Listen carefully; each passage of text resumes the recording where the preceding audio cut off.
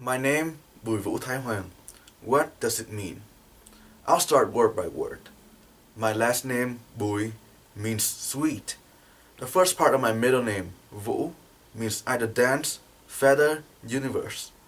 The second part of my middle name and my first name, Thái Hoàng, means king. So for the whole name, it can be interpreted as Dance of the Sweet King, King of the Sweet Feather, or King of the Sweet Universe. My name is Jennifer Rose. Jennifer means fair one. Jennifer Rose stands for a strong individual who is a growing symbolic female in the white race but takes pride in the Hispanic ethnicity that grounds her roots in the New Mexican soil.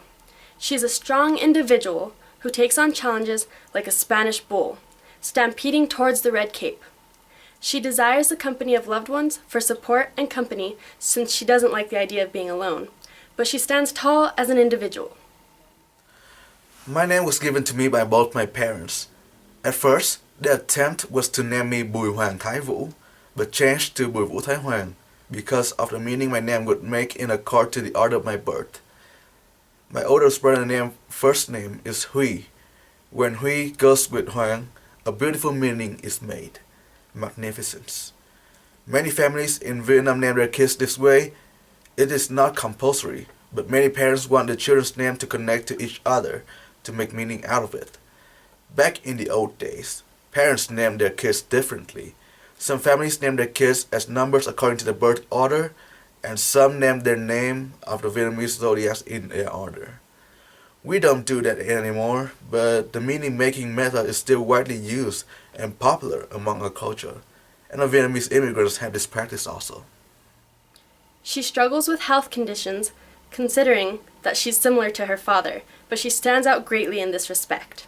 She is able to look in a mirror and see the eyes and the delgada body type of her mother's younger self. She can see the gringa characteristics of her Caucasian father, ranging from her light brown blonde hair to her fair skin color. But when she speaks, independence rings in her voice.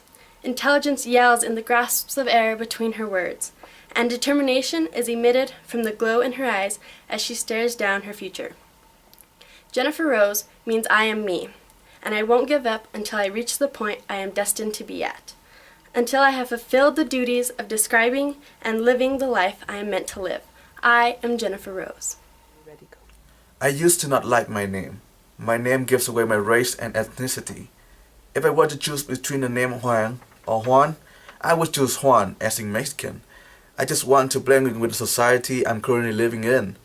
Whenever someone asks my name, I would introduce myself to them as Juan.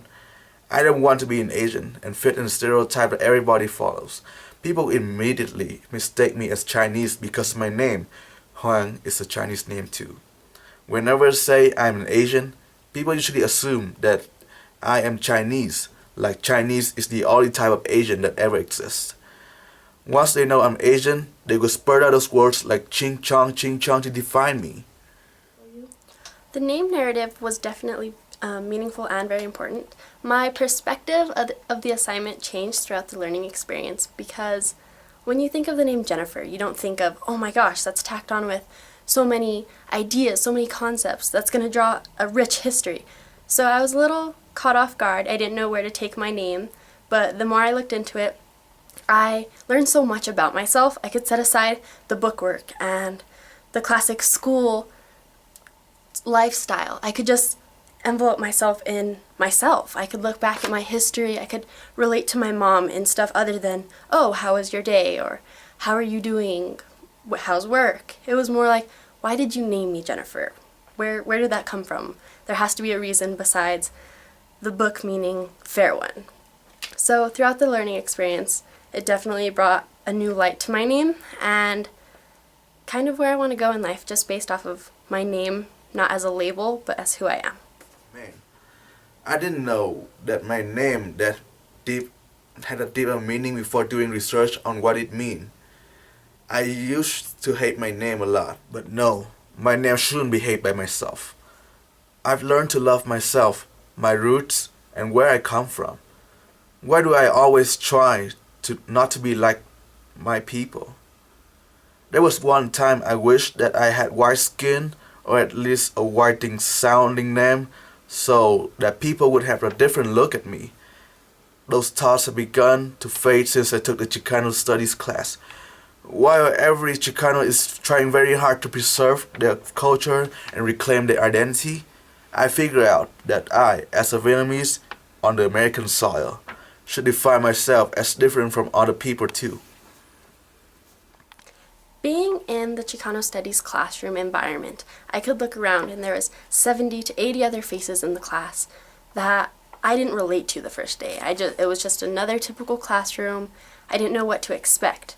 So to go into this environment and learn about the Hispanic culture, the Chicano culture, and where it all started, and knowing that other races and other ethnicities were also interested in something that involves my own culture and my own background, was an eye-opener for how important this culture is and where it came from.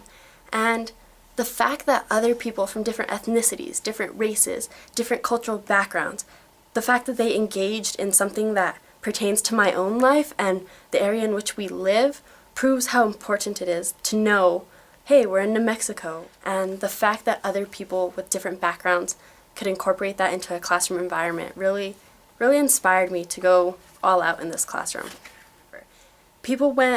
I went on an experience with my own name. I got to see how people felt about their names and what areas of the world their names came from. It wasn't just rooted in Albuquerque, New Mexico. Our classroom was bound by the walls, but we weren't bound by our minds. We were able to go beyond what was set in the classroom.